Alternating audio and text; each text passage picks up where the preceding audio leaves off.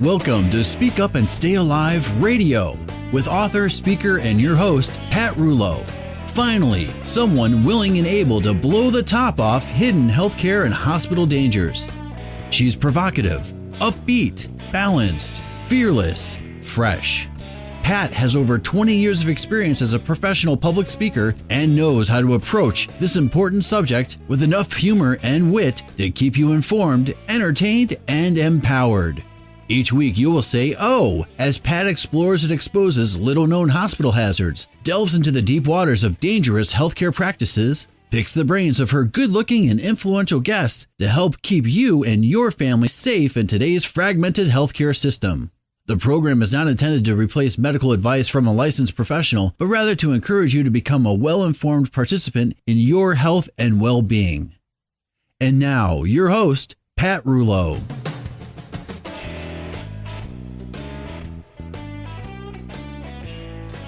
Hello, I'm Pat Rouleau. So happy that you are joining us today. I just love doing this program as I always have so much that I want to share with you. Well, today we have lots lined up because it is our radio birthday. We are 2 years old. Or is it a radioversary? Well, anyway, we've got a fun celebration coming up later in the show. But first, I have some other goodies to share with you. Bob and I had a great 4 days at the Cleveland Clinic's Patient Experience Summit recently. There were healthcare providers from around the world: Denmark, China, Dubai, Saudi Arabia. In fact, 2 gentlemen from a Saudi Arabia hospital stopped me to say how excited and amazed they were that here in the United States we have such a thing as Speak Up and Stay Alive Patient Safety Radio. They each bought a book and a Patient Experience CD. And they explained to me that in their country, patients do not feel that they have the right to speak up. And that is why they came to the conference, to learn how to empower their people, the patients, to speak up, to make changes to their healthcare system. They really did seem in awe of the idea of patient safety radio and that patients were actually spearheading this movement. And what I take back from that conversation is this: at least for now, we still live in a country where our voice can be heard. So we should always take advantage of that and never, ever think that one voice cannot or does not make a difference. Had I felt that way, I would have let my mom's hospital horror story go untold. But because I decided to speak up and speak out, here I was among 2,100 healthcare people from every state in the country as well as countries from around the world, given a 90-minute session to tell my story and offer suggestions as to how to improve the patient experience. So I encourage you, no matter what your point of view, no matter what your message or concern, to believe that it is valid. You are valid, and you can be an army of one. So with that in mind, it's time for Pat's POV, and that means my point of view. Are you a patient or are you a population? Lately, I've been hearing a lot of talk about patients and populations. It seems that with all eyes on the rising cost of healthcare, the focus is shifting from what is best for the individual patient to what is best for the entire population. That's an interesting thought, right? And I'm betting that there are some shouting out for both sides. The question is it the way to go?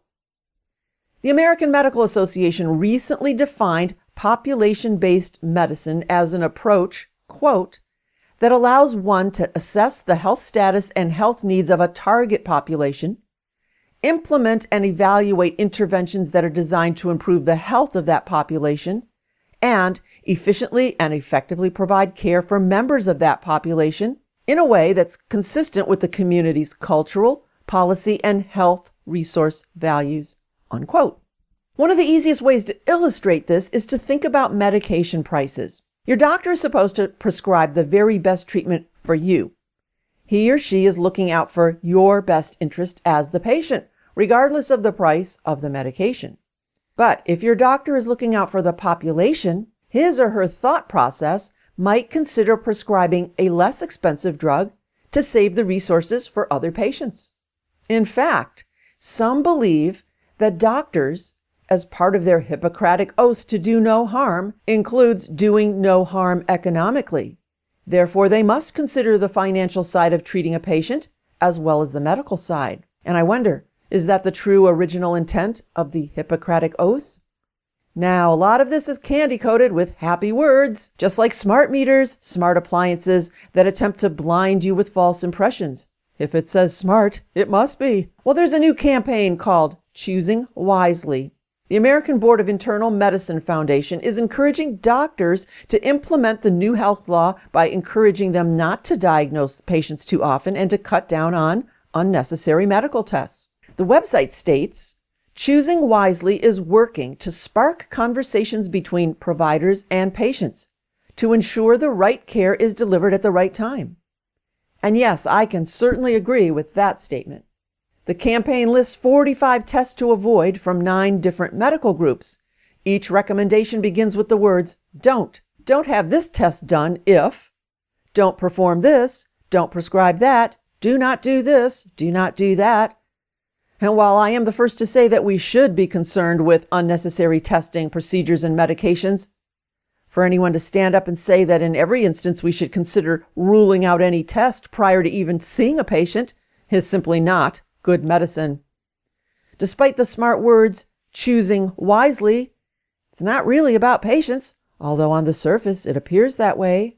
It is a political promotion designed to use doctors as a way to affect the bottom line for the population, not the individual patient. Now, does anyone other than me see the obvious conflict when we ask our doctors to take care of both the health side of the patient and the financial side of the population? Now, don't get me wrong, I do understand the need to address the abuse of CAT scans and medical imaging, the wanton overprescribing of drugs, the needless medical procedures. In fact, many times that's what this program is all about. But, on the other hand, and more importantly to me, I want my doctor to be all about me. What is in my best interest? Not, oh gee, she's too old or too sick to deserve this medication or treatment. Better save it for the next guy who might be more deserving. I want my doctor to worry about me. And what right does a healthcare provider even have to be put in that position? Maybe we should ask a doctor, does he or she even want to think about this when diagnosing and treating a patient? I don't have the final answer, but I do know that we need to keep questioning. Should populations trump the individual patient? Well, back to the Choosing Wisely effort. I'm not sure that there are not political undertones that have nothing to do with a person's health, but I do like the name. Choosing Wisely. We as a society must pay attention to the politics of healthcare and choose wisely the direction we take. If you were to choose wisely, what do you say? Are you a patient or are you a population? Hey guys, I think that sounds like a new game. Patient or population? Is that a shot? Wow! Or is it a crock? Oh!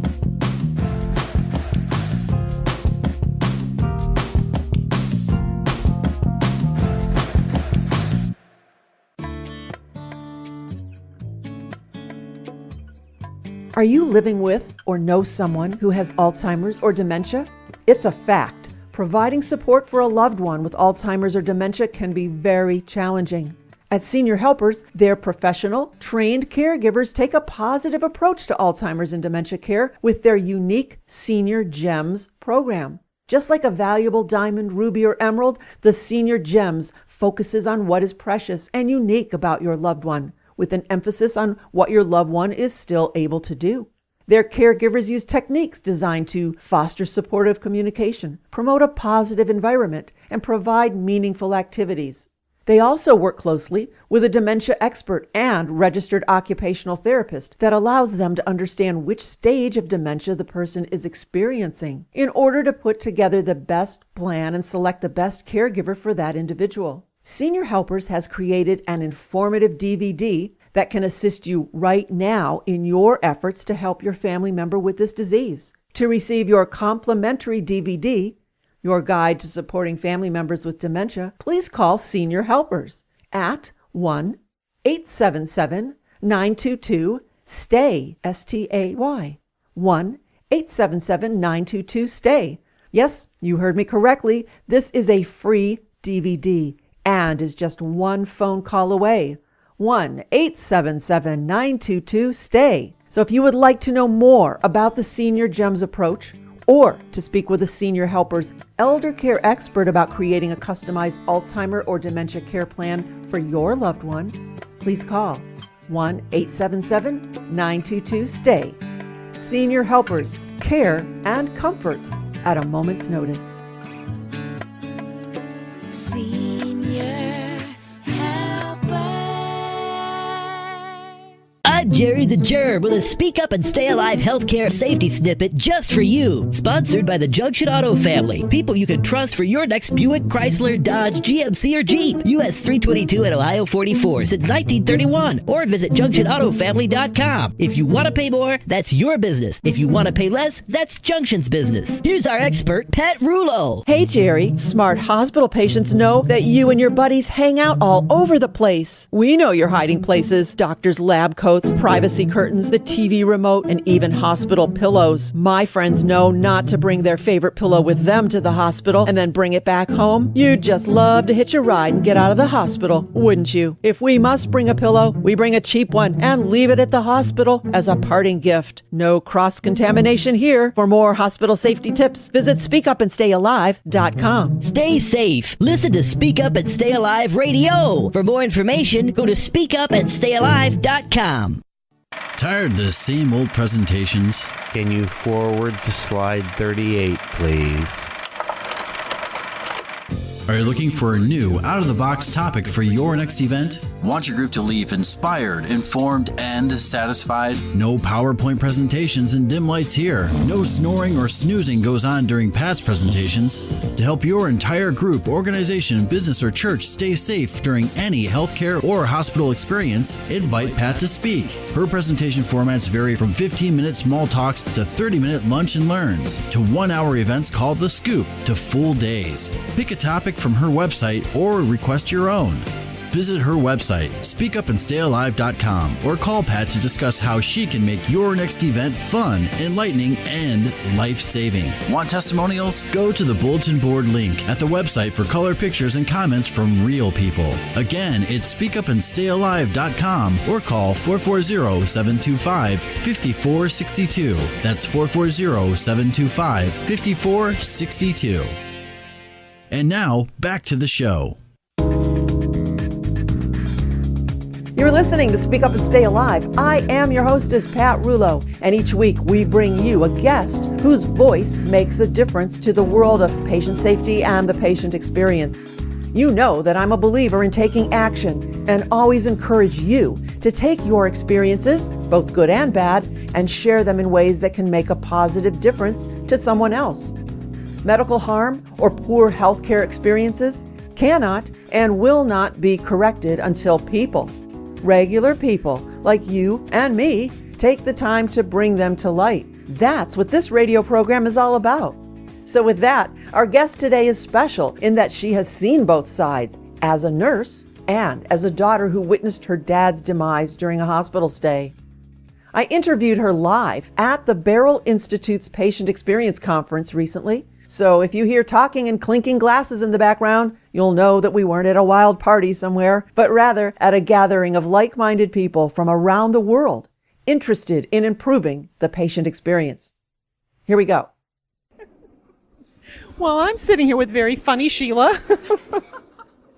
She's one of the sponsors here at the Barrel Institute Patient Experience Conference, and we're just going to have a little chat about who you are, what you do, and what your story perhaps might be. Well, I'm Sheila Brune. I'm a patient advocate and I've been a nurse for 43 years. I started a program about 14 years ago now called the Living History Program.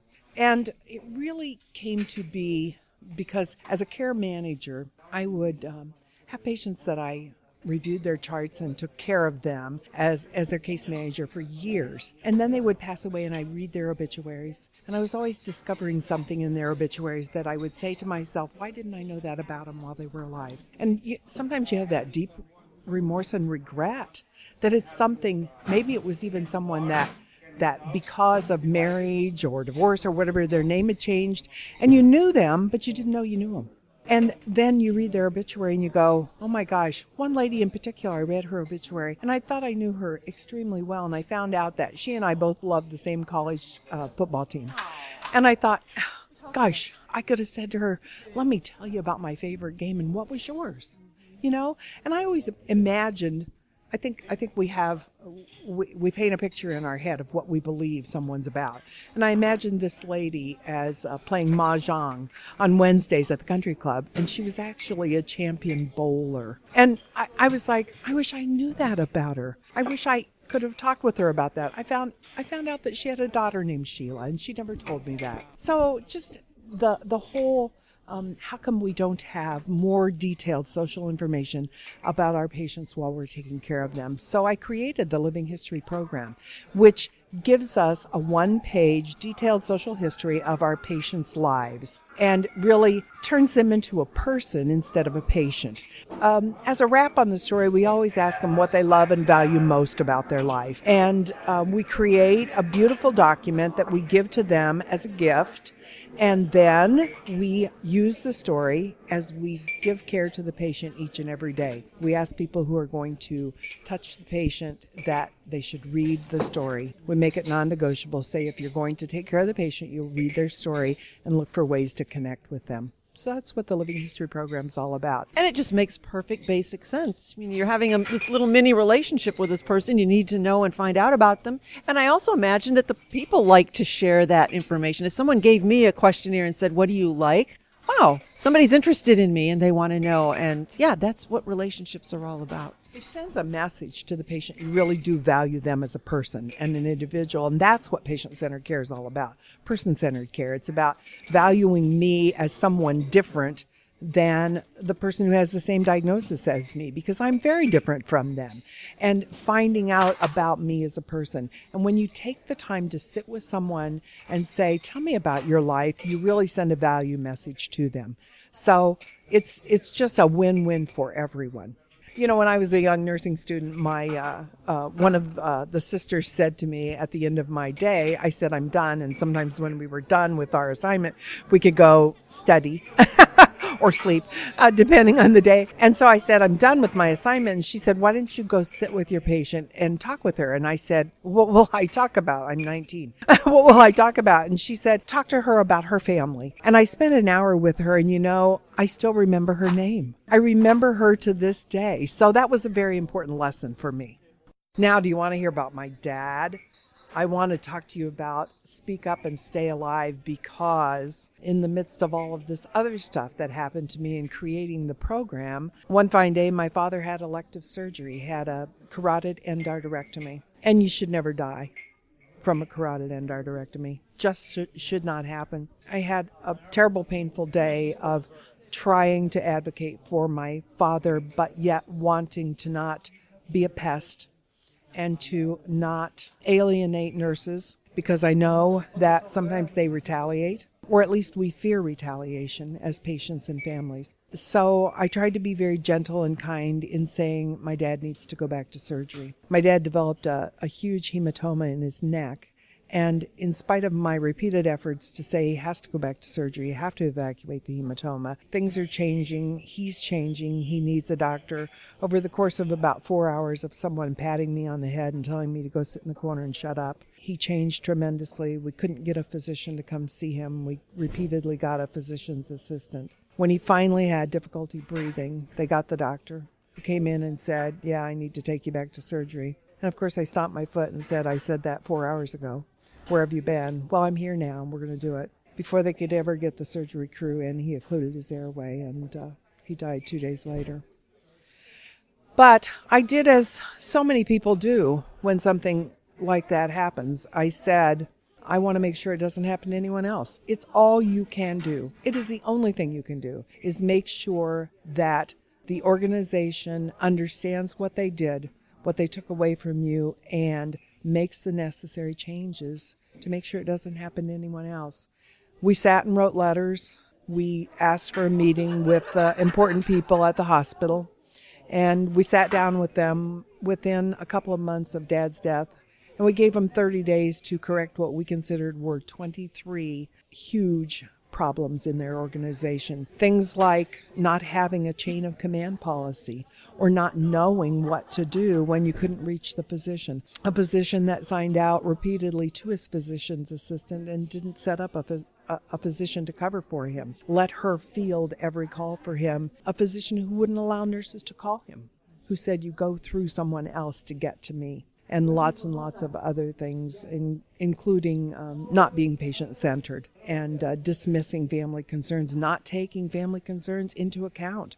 Truly telling us to sit in the corner that they had everything covered, that they were taking care of things, and we didn't need to bother ourselves about that. Not listening to us when I said, I know my dad better than anybody else on this earth, and when he says this is the worst pain he's ever had in his life and it hurts in his ear, he knows what he's talking about, and you can't dismiss that. After a medical error, two things need to happen.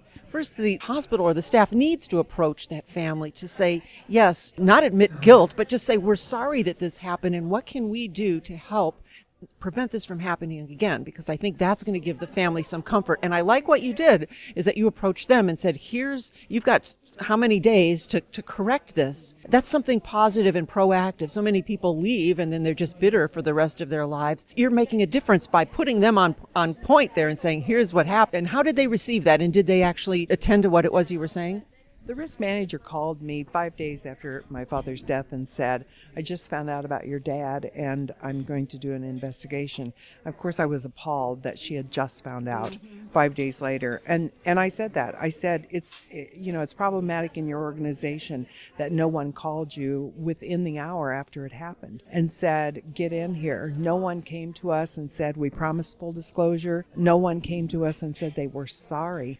The only person who said they were sorry was a nurse who clarified it with, you seem like such a nice family. I'm sorry this happened to you. And of course, the sarcastic, hateful me said, I suppose it's okay if it happens to a not nice family. It was like, that's such a weird thing to say. But I was just appalled by that. That was the only apology that we got. And it was very apparent that they knew they did wrong. They cut what I call a wide swath around us. They pulled curtains on us that hadn't been pulled before. They actually swiveled the bed around so it wasn't visible from the hallway. People would walk around us. They wouldn't make eye contact. The nurse manager, when I asked for copies of the chart, said, I can't give them to you till they're authenticated.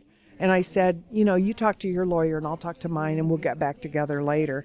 And then she thrust them at me 3 hours later and said, here, I hope you're happy.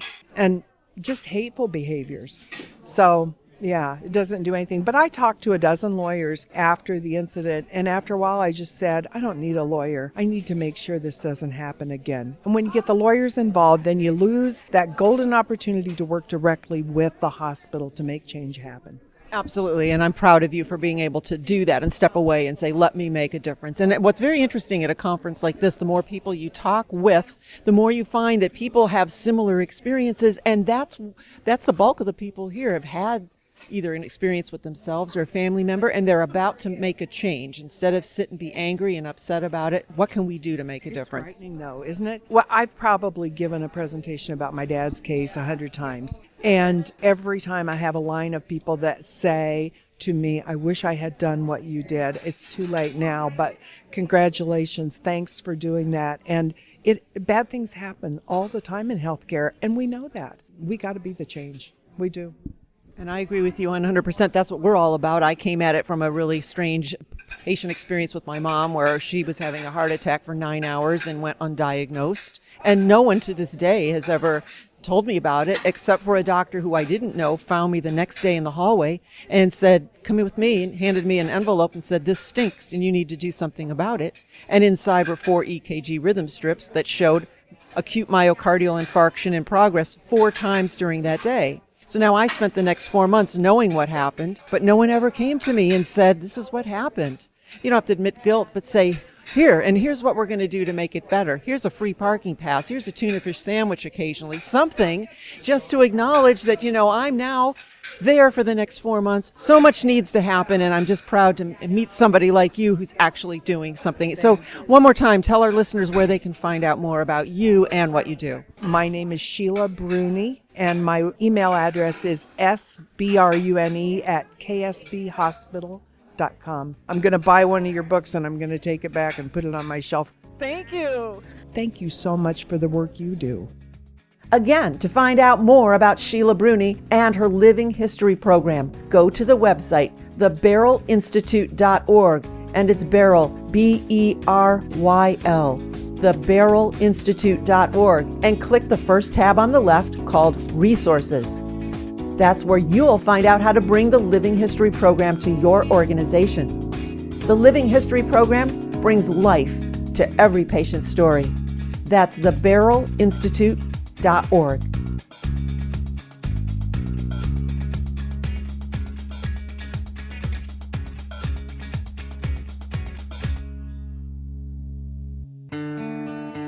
Well, let's spend the next 2 minutes with my friend and nurse practitioner, Hari Khalsa. She is available to you, no matter where you live, and knows how to solve tricky healthcare situations. Well, welcome to the show, Hari. Thank you, Pat. It's always wonderful to be here with you. Good. We love having you as well. Hari, I know firsthand how confusing medical bills can be, and many times they're simply incorrect. And then you try to fight them, and they come back and say, no, that's the bill. It's correct. You have to pay it. You are a wizard when it comes to appeals with insurance companies. Help us with that. Yes, and believe it or not, it's something I really like doing. Funny, my husband thinks I'm crazy, but I really enjoy appealing to insurance companies. I enjoy it because I see so many mistakes, and I see people having to pay for services that their insurance covers. But what I really like to do is gather all the information, all the medical side information, and write a blistering letter to the insurance companies. But what I also do with that is that I have made sure that I've read the policy, so I know the insurance policy inside and out, and I know where the mistakes are that the insurance company has made. And with that information, I can move forward with showing them very methodically how they've made a mistake and how they need to reverse it.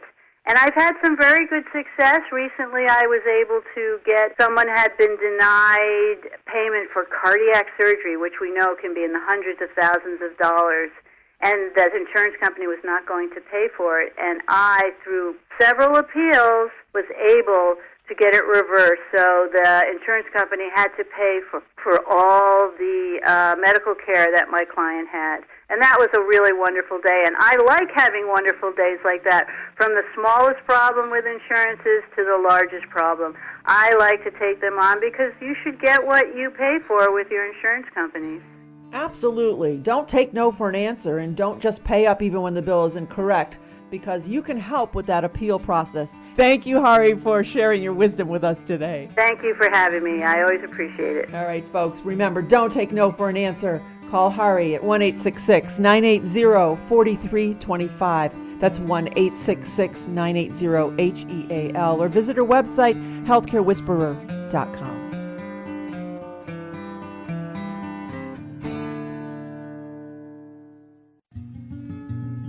Is your home stressing you out? Are your appliances and gadgets damaging your health? Are you concerned that modern technology could be ruining your and your family's health? Scientific evidence suggests that everyday chronic low-intensity magnetic field exposure poses a possible health risk.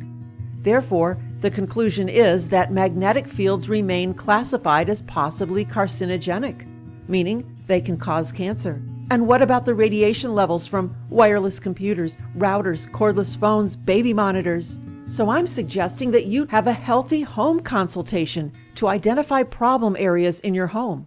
The folks at Healthy Home will test the EMF levels in your home using small, specialized equipment, focusing particularly on areas of the home where you spend most time.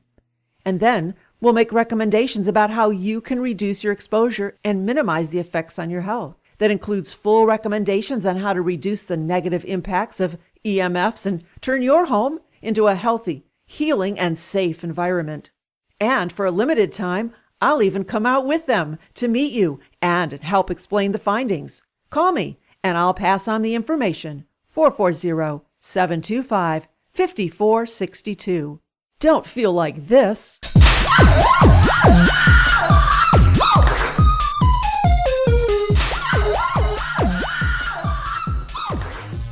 When you can feel like this.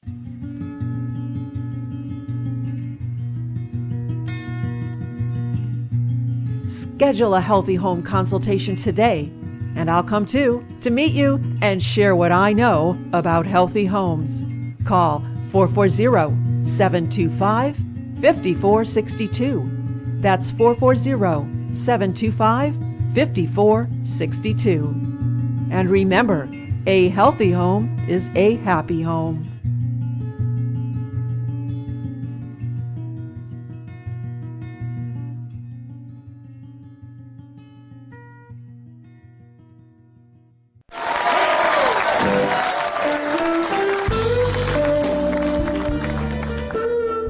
You are listening to Speak Up and Stay Alive Radio. Now you can join us every Saturday morning on 2 Cleveland, Ohio stations from 7 to 8 Eastern on AM 1420 WHK and from 9 to 10 Eastern on AM 1220 WHKW, or listen to us live online from anywhere in the world at the station's websites.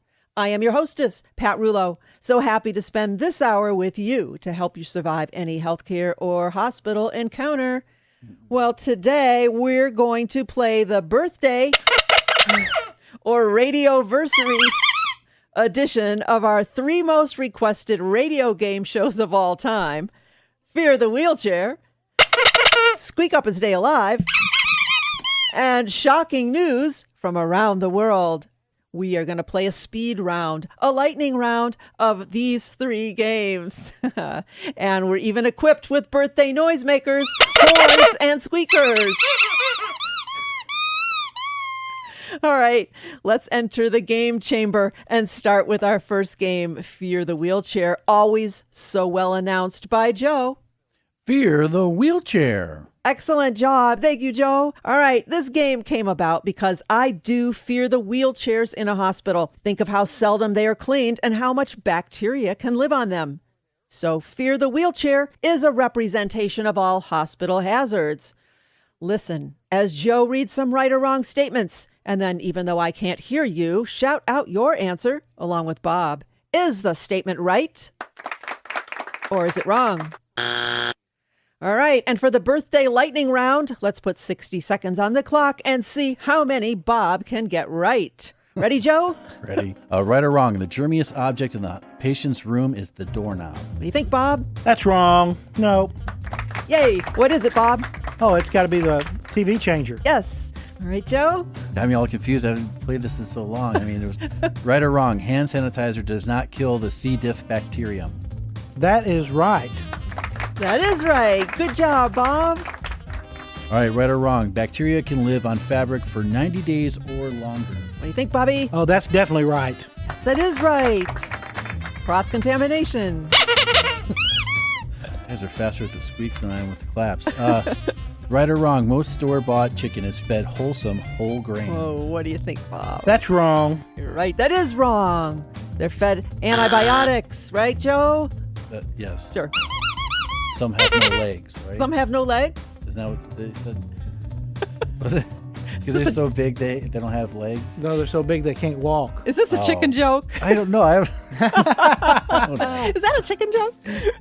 Any more? Yeah, there's a few more. Okay. Right or wrong, microfiber is the cloth of choice when cleaning around the house. What do you think, No, that's Bobby? right. Yep, that is right. If you guys listen to Daryl Hicks, it is right.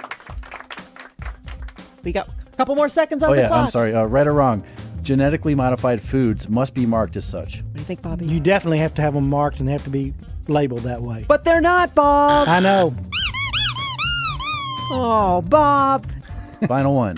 Right or wrong, Speak Up and Stay Alive Radio is a powerful resource for all your healthcare-related safety needs. I think that's right. Yay, it is right. Yes. Well, thank you guys. That was a great game. And now let's move on to the next game. Shocking news from around the world. Let's hear that, Joe. Shocking news from around the world. The birthday edition, no less. All right, I don't know how fast we can do this in 60 seconds, but I'm going to read some news and you guys will decide if it is a shock or a crock. Meaning, is it true? That would be a shock. Or is it false? And that would be a crock. So is the statement a shock? Oh. How about wow? Oh. Wow. Joe is a shock. Or is it a crock? Oh. There you go. We're crazy. All right, let me pull some news from the game chamber. All right, guys. Researchers in the UK said that leather handbags in particular pose the most significant health hazard because their spongy material is an ideal environment for most bacteria. Is that a shock or is it a crock? I'm saying that's a shock. What do you think, Joe? It's a crock. Bobby's right. It's a shock. Remember we talked... Is that right? How about wow? Oh, wow. Okay. Wow, that is a shock. It is true. Think about all the dirty purse bottoms. Joe doesn't want to think about that, do you? All right, anyway, folks, clean the bottom of your purse and don't put them on your kitchen counters. Remember Chuck Gerba talked about that, Bobby? Yes, he did. He said they were very, very dirty. Okay. Extremely dirty. Yes. All right, guys. Shocking news number 2. The iPad 2 tablets can interfere with pacemakers. Is that a shock or is it a crock? I'm going to say it's a shock. I'm going to say it's a crock. Joe. It's a shock. Wow. It is true. The magnets in an iPad 2 tablets and their covers are capable of interfering with heart implants, including pacemakers, suggests a new small study. Anyway, patients who have or may be a candidate for implantable defibrillators should talk to their doctor about precautions if they use a tablet like the iPad 2. What do you think of that? Wow. That is a wow. That's a wow. All right, shocking news from around the world, number 3. Men with high testosterone are more likely to wear blue in competitions. Is that a shock or is it a crock? I'm going to say that's a crock. What do you think, Joe? It's a crock. It is a crock. You guys are right. There you go. What do you think the color really is? Red. Red, yeah. It is red, yeah. Why do so many sports players and athletes choose to wear the color red when they compete? A new study suggests that it may have to do with their testosterone levels. But the color choice, however, doesn't seem to be related actually to their performance. Maybe that's the reason Tiger Woods wears red on Sunday. Absolutely. That's when all the girls are chasing him. I don't know about that. I don't want to hear about that. The last shocking news from around the world. Lipsticks and lip glosses are made of natural ingredients and are safe to eat. Is that a shock or is it a crock? Crock. That's definitely a crock. That is absolutely a crock. You're right. A study showed that more than 400 popular lipstick brands contain twice as much lead as previously thought, as well as cadmium, chromium, aluminum, and 5 other toxic metals. Some are at levels that could raise potential health concerns, according to a new U.S. study. And I have to share this for all you gals or people out there who wear lipstick. Maybelline Color Sensation by L'Oreal USA was found to have the most lead of all the brands that the FDA tested, with 270 times more than the brand with the lowest amount of lead, which happened to be, the lowest one is Wet n Wild Mega Mixers Lip Balm, which happens to be the least expensive. So that just goes to show that a high-priced lipstick does not mean it's safe. Well, we could play this one all day because there's so much bizarre healthcare news, it's hard to keep up. Thank you guys for playing everyone's favorite game. Shocking news from around the world. You got it. All right, speaking of squeaks, let's switch to the always popular Squeak Up and Stay Alive. This game came about one day when I innocently suggested that the squeaky wheel gets the grease and that if you have a question of your doctor or nurse, get squeaky. Ask questions. So I will read a question from the birthday game chamber, and you guys will squeak your squeakers when you think you have the answer. So let's try for another 60 seconds on the clock, shall we? Yeah. I'm waiting Are on you guys you. sleeping or what? The heck? It's a birthday party. Woo, I'm not taking you guys anywhere. Okay, come on. Let's get it going here, girl. You're taking too long. Here we go. The Squeak Up and Stay Alive question number 1 of the birthday edition. One of the easiest ways to prevent an infection in the hospital is to ask everyone to... Joe. Wash their hands. Yes, Yes, Joe. That's good, Joe. All right. The Squeak Up and Stay Alive question number 2 of the birthday edition. One of the easiest ways to prevent an infection. I just said that. Sorry. Bed sores are caused by 3 things. Name one. Bobby. Shear. Shear, yes. Do you guys know what the other 2 are? I don't even know what shear is. It's shear, like if somebody's laying on a bed and then they start sliding down the sheets and the sheets are pulling in one direction and they're sinking in the other direction. It shears the skin against the sheets. Oh my gosh. Yeah, that's shear. The other is friction. You know, like they jam a bedpan under a wet Bottom. butt. That's friction. It could tear the skin. And then pressure, because sometimes a bed sore is called a pressure sore. That's because you lay there so long. Yeah, Yeah. absolutely. Wow. All right. All right, guys. That was good. The Squeak Up and Stay Alive, question number 3 of the birthday edition. The statistic is every patient is subjected to at least how many medications errors per day? Is it none, 1, or 13? Oh, that's Joe Squeaker. What's the answer? 2. It's not on the list, Joe. Oh. We said, 13. No. We'd all be dead if we were all... Hey, Joe, I tried to give you the answer. It's 1. Yeah, 1 in every patient is subjected to at least 1 medication error per day. 13 would be horrible. They'd be dead. Absolutely. All right, this is a lightning round. I think we're taking too much time. Squeak Up and Stay Alive question number 4 of the birthday edition. The most dangerous time of year to be in a hospital is... Bobby. It's going to be summertime. Yep, the July effect. Remember that? Remember why?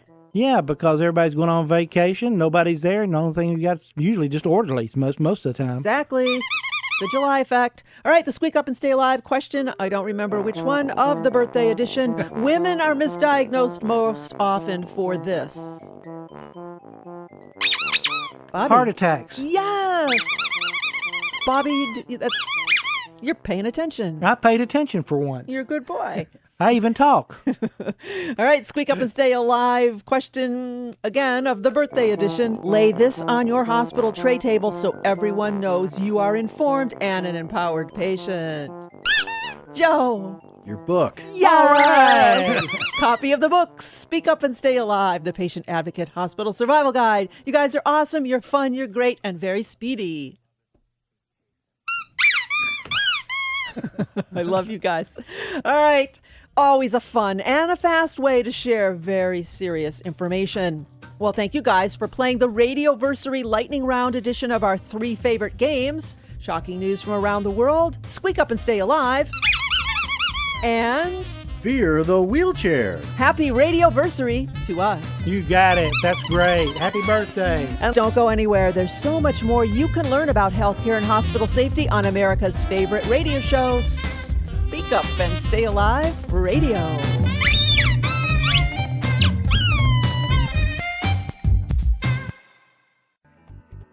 What happens if you become unable to speak for yourself and are in the middle of a healthcare crisis?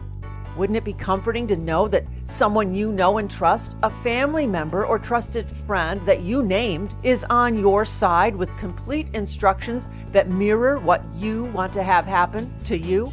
If you do not have a properly drafted living will or healthcare power of attorney, you are living dangerously. And if you do have these documents, when was the last time you reviewed them with someone? Well, my friends Pat Schraff and David King at Schraff & King are the ones to help you. Call them right after the show at 440-585-1600, 440-585-1600, or visit them online at schraffking.com.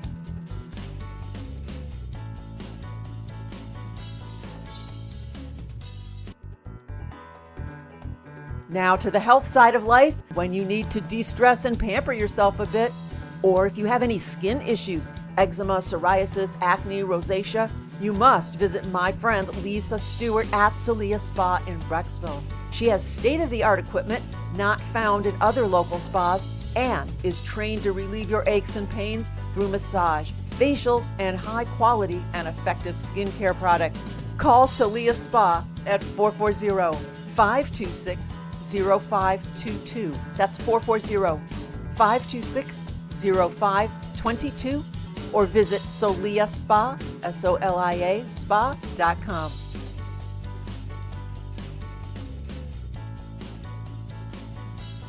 Do you or someone you know work in the healthcare field? Ask them if they know that bacteria can live on fabric for weeks and even months. Think of the cross-contamination opportunities. Think of scrubs. How are they washed? With bleach? Oh no, that would ruin the pretty colorful designs. Most scrubs are made from poor quality broadcloth and are not bleachable. BrendaJune.com scrubs, their fabrics drape beautifully, they breathe, and they move with you as you go about your busy day. Pants, skirts, tops, their fabrics are durable and bleachable. If you wear scrubs, you owe it to yourself and your patients to wear scrubs responsibly. Visit BrendaJune.com for high-quality, American-made, bleachable scrubs. That's BrendaJune.com. Take control of your protection today. Visit BrendaJune.com or call 1-855-668-7278. They make a great gift too. That's BrendaJune.com.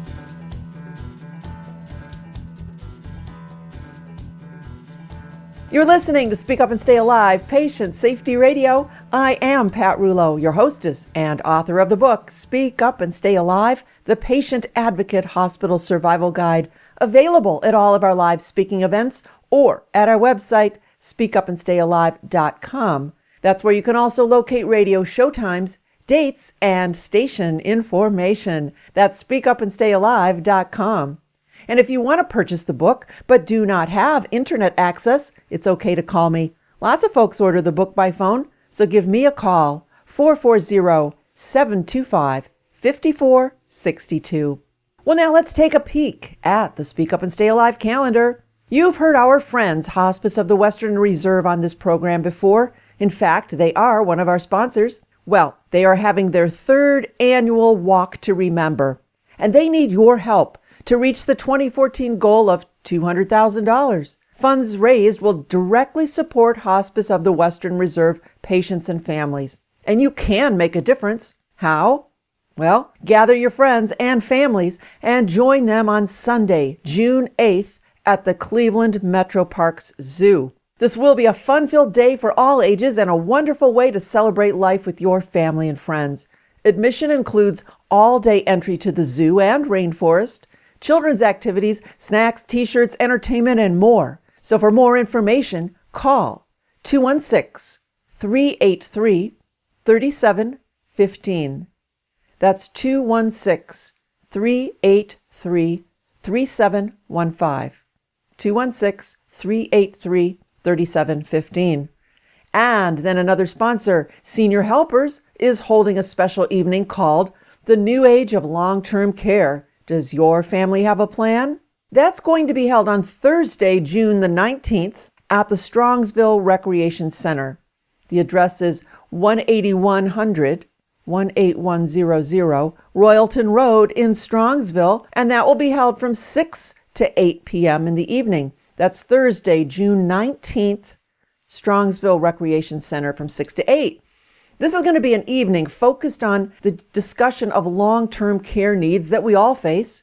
The panel members specialize in life care planning and legal strategies for long-term care insurance, financial planning, home care assistance, and hospice services. They will come together to discuss how you can plan for the future. And I will be there as the moderator for this panel discussion, so I'd love for you to be there as well, and we can meet.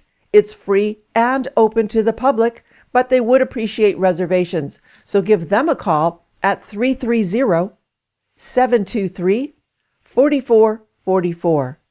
That's 330-723-4444. And of course, refreshments will be served, so I hope you can make it. That's where you can also purchase signed copies of my book, Speak Up and Stay Alive, the Patient Advocate Hospital Survival Guide, along with other life-saving goodies that we have to offer. Plus, most importantly, I'd love to meet you. The people and the businesses that you hear each week on this program are here for a reason, such as Hospice of the Western Reserve and Senior Helpers. They are some of the best in our local area who strive to serve our community, and I encourage you to do business with them. Now, if you missed some of today's show or you want to share it with friends, we've made it easy for you to hear it again. You can go to the radio link at the speakupandstayalive.com website. Click the link with today's date.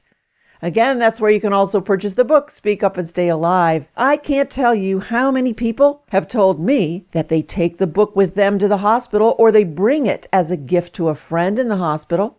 Simply lay it on the tray table and how that generates such positive conversations with the healthcare staff. Now, at a glance, they know that you are an e-patient. E stands for empowered and educated. So if you do not have a copy, I really do encourage you to have one. If you don't have internet access, it's okay to call me and order by phone. Many folks get the book this way. Plus, I always enjoy talking to you, our listeners. Call me directly, 440-725-5462. And be sure to listen next week, as we always have fresh, informative, and fun facts and some foolishness to share with you. Same time, same place, but never the same information. Start your week with an O. Speak Up and Stay Alive, Patient Safety Radio. And in the meantime, I hope you have a healthy and a happy week. I am Pat Rouleau, and I am your guide to safe and successful healthcare and hospital encounters. The information provided in today's broadcast is for informational purposes only and was not intended for use as diagnosis or treatment of a health problem and should not be considered as medical advice. If you've missed part of today's show or just want to share the information with friends, you can listen to all of Pat's previous shows at speakupandstayalive.com. Want even more information? Purchase a copy of Pat's book at speakupandstayalive.com. Once again, it's speakupandstayalive.com. Or you can call Pat at 440-725-5462. Until next week, remember, it's okay to ask others to wash their hands. You have to speak up and stay alive.